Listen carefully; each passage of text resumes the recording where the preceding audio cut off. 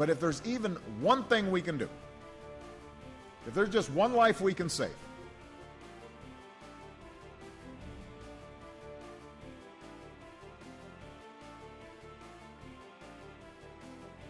we've got an obligation to try. We should restore the ban on military-style assault weapons and a 10-round limit for magazines.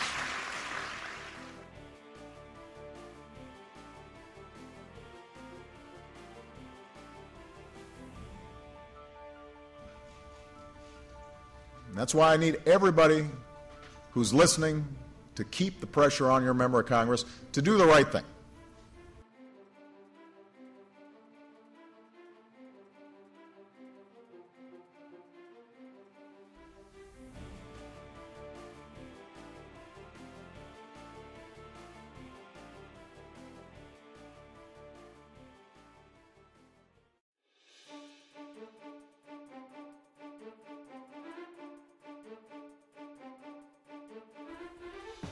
Hi, my name is Jeremiah.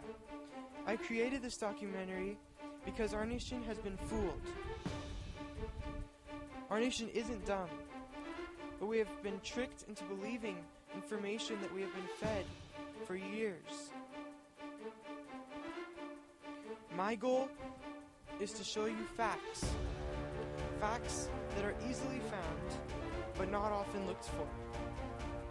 You see, I'm only 15, and I found this information. The subject I decided to research is gun control. Are we safer? What has history shown us? Or does it matter?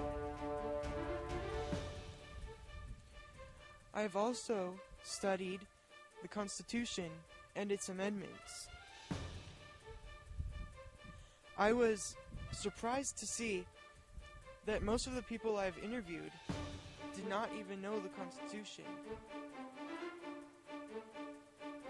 Do you know what the Second Amendment to the Constitution is? Wow, it's been a long time. No, I don't. No. I think it has to do with something about the right to bear arms, I believe. No, I don't think so. No. I interviewed many people from varying walks of life. Blue collar, white collar, young and old. I asked them questions and assured them that not knowing the right answer is okay. Part of the interview was to see if they knew, and the other part was to give them information so they'd be more confident in their opinion about the right to bear arms. The first question was, do you know who Hitler is? Do you know who Adolf Hitler was? Yeah. Can you explain who he was? He was a mean German dictator. Absolutely. Who was he? He's the person that started the Nazi regime. He was in charge. Do you know who Adolf Hitler is? Yes. Who was he? He was a dictator in Germany, killed many Jews. Yes. Who was he? He was the German Nazi leader. To take over the world, I believe was his goal. 90% of the interviewees answered correctly. National studies show that only 87% of America's population knows exactly who Adolf Hitler is. As you may know, Adolf Hitler is a German dictator who started the World War. He's best known for his attempt at exterminating Jews from the world, killing 11 million people and 6 million Jews. Hitler came into power in 1938. Many people don't know how easy he came into power. He was elected. He promised everyone would be employed, all the people would keep their land, there would be no guns, no crime, and everyone would be happy. He followed through with what he promised, but the people were tricked.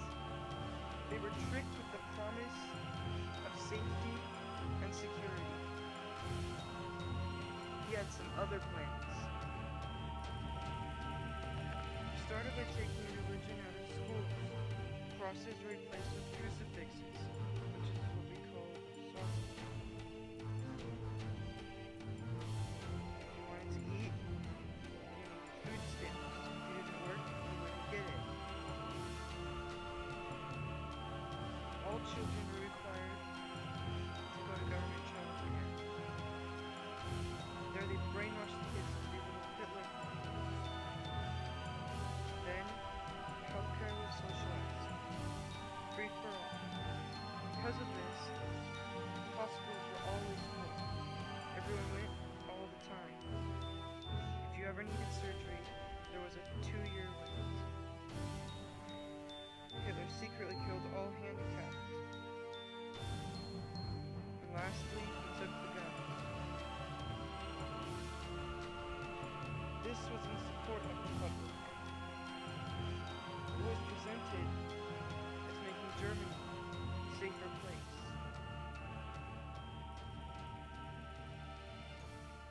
The 1938 law states that you need permission from the police to own a handgun. All firearms must be registered. If you would like to fire a bolt-action rifle, you must join the army. And no Jew can own a firearm. Now, many Jews voluntarily gave up their guns in the beginning for the good of Germany. In 1942, we get to see Hitler's real reason for collecting all of the firearms. On April 11, 1942, he stated, "The most foolish mistake we could possibly make would be to permit the conquered Eastern peoples to have arms. History teaches that all conquerors who have allowed their subject races to carry arms have prepared their own downfall by doing so. Indeed, I would go so far as to say that the underdog is a sine qua non for the overthrow of any sovereignty. So let's not have any native militia or police. German troops alone will bear the sole responsibility for the maintenance of law and order." Today, Germany wants to forget the tyrant Hitler and the things he decreed. In Germany, you will not find one statue of Hitler, and it is illegal to make a Nazi salute. Wouldn't you do the same?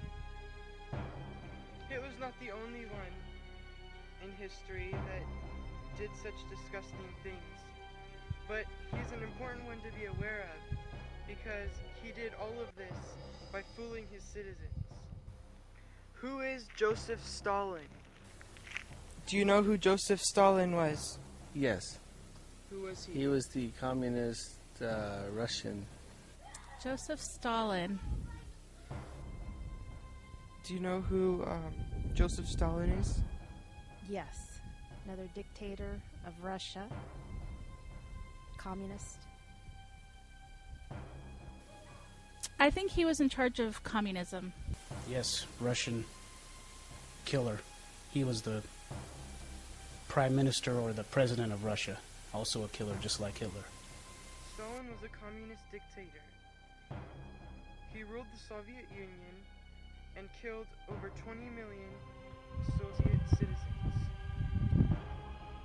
His gun confiscation law stated that if you don't turn in your guns, you would be put to death. After the threat of violent rebellion was gone, Stalin still managed to kill tens of millions of people by starvation. Which of these four kill more people every year? Guns, drugs, auto accidents, or prescription painkiller overdoses?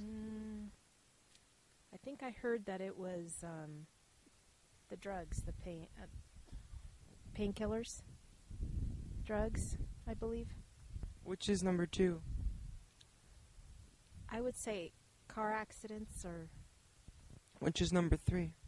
suicide is what I think. I would guess auto accidents. Okay, which is number 2?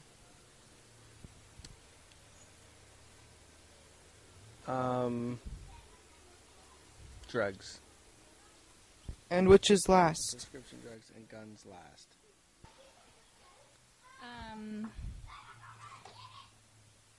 Auto accidents. Okay, what do you think is number 2?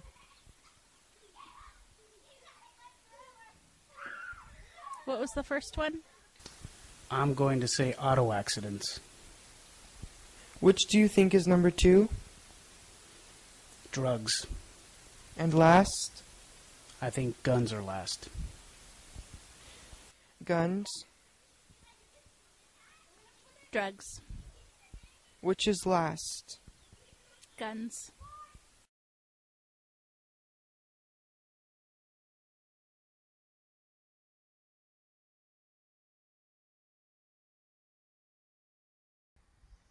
Would you feel more safe if guns were banned? No, I would not feel safe if guns were banned. Not at all. Why is this? How can anyone protect themselves? Or protect me? We need them. Isn't that the government's job? Partially, the government should have guns, but so should each individual. If they want it, they should have it. Would you feel more safe if guns were banned?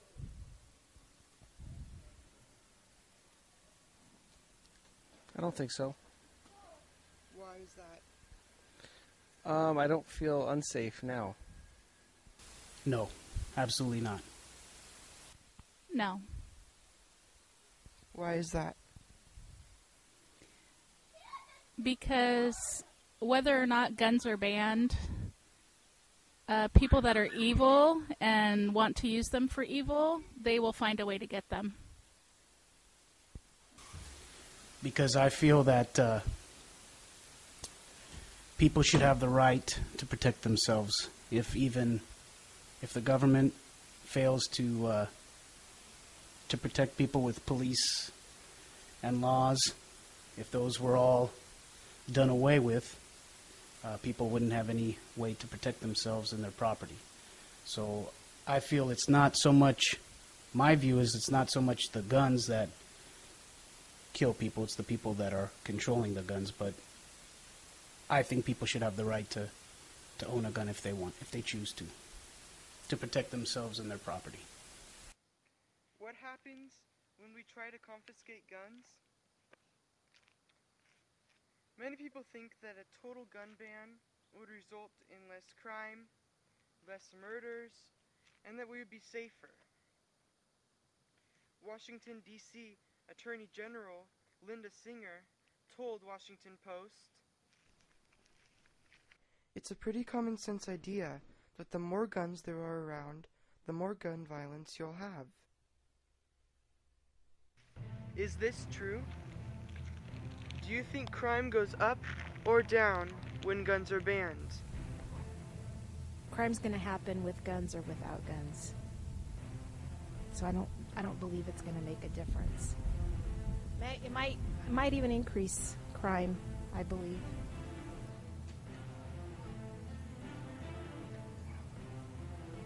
Do you think crime goes up or down after guns are banned? Because you're asking that question, I would assume that crime goes up after guns are banned. I think that if guns were banned, crime would go up. I don't know. I think it'd probably stay the same. In 1976, Washington, D.C. passed a law making it illegal to carry a gun anywhere in the city. Firearms in the home required a trigger lock system that could never be removed, not even for self-defense purposes. During the years in which the law was enforced, Washington, D.C. murder rates were 73% higher than before the law started. That's nearly twice as many murders. In 2007, the law was struck down as unconstitutional. Senior Judge Lawrence H. Silberman wrote in the majority opinion, "The black market for handguns in the district is so strong that handguns are readily available to criminals. It is asserted, therefore, that the DC gun control laws irrationally prevent only law-abiding citizens from owning handguns." Since then, murder rates dropped rapidly. In 2012, only 88 murders were committed. Compared to 1993, the 2012 homicide rate dropped 500%. In Chicago, in 1982, Chicago banned handguns. Since the ban, the percentage of Chicago murders committed with handguns has averaged 40% higher than before the ban took place. Why is this? Law-abiding citizens are the only ones who turn in their guns. Criminals keep them.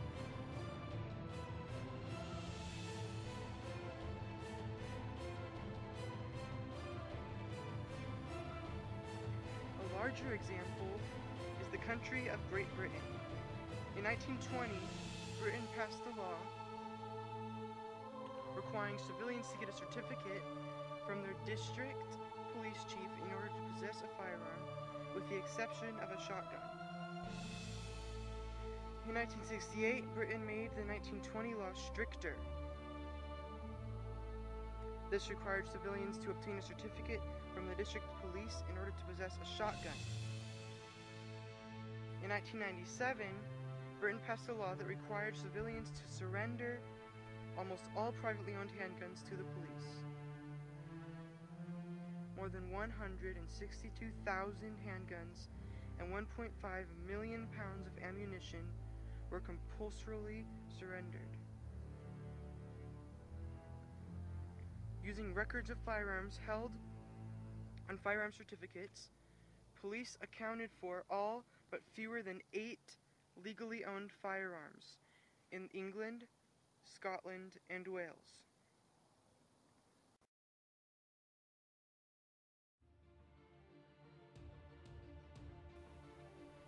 So what happens when there's no restriction on guns? It seems like those same people that promote gun control block out this question. There was one country that stood out to me: Switzerland. Switzerland has over 2 million publicly owned firearms. Despite the fact that guns are everywhere in Switzerland and are a deeply ingrained part of the Swiss culture, they don't even keep their own records. It is said that in 2010, the Swiss had only 40 homicides in the whole country. Wow. What are the American people thinking? Do they want us to become like Germany, Great Britain, Venezuela, Russia, China? Or do they want us to pursue liberty and freedom?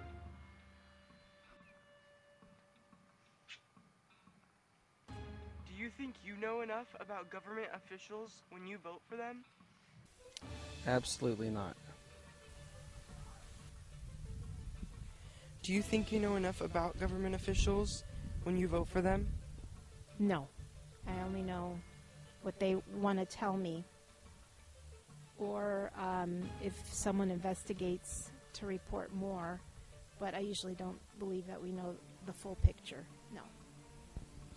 No, I don't. Well, to tell you the truth, for me personally, yes, you need to know who you're voting for. I know in the past that I didn't know enough, but as I get older and to find the right person to vote for, you need to really look into their background and see what laws they've tried to pass and what they've come up with. And if you want to be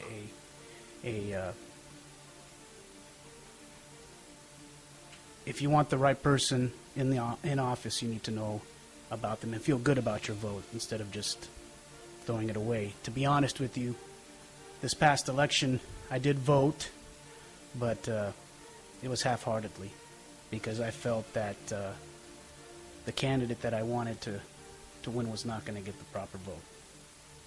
So, but yes, you need to research and find out what their stance is on issues. If stats show us that we are less safe when there are less guns, why do you think government officials want them gone? We're less safe when there's less guns. Yes. I think it's just a political issue that politicians make a bigger deal of than exists. That's my guess. They want control of it. They want to be the only ones that have it. There's probably a hidden purpose behind it all that I don't know. It would make us as a people more vulnerable to not have it. So anything can happen with that situation.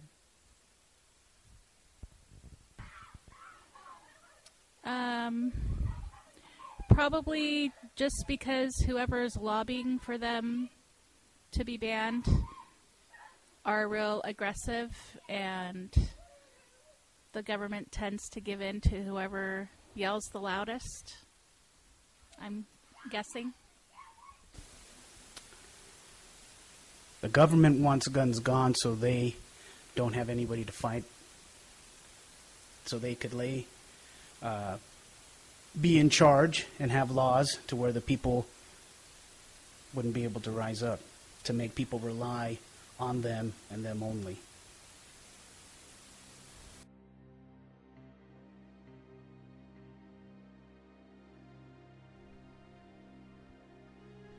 A militia, when properly formed, are in fact the people themselves, and include all men capable of bearing arms.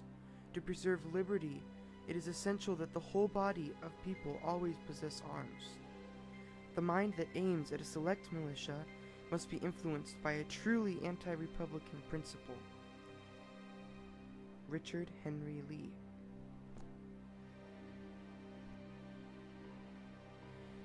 When governments fear the people, there is liberty.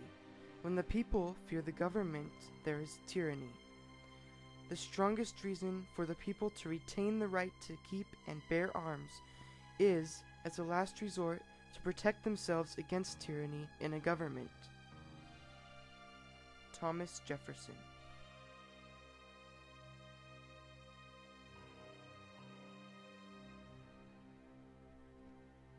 It is the duty of the patriot to protect his country from his government. Thomas Paine. Firearms stand next in importance to the Constitution itself. They are the American people's liberty teeth and keystone under independence. From the hour the Pilgrims landed to the present day, events, occurrences, and tendencies prove that to ensure peace, security, and happiness, the rifle and pistol are equally indispensable. The very atmosphere of firearms everywhere restrains evil interference. They deserve a place of honor with all that is good. George Washington.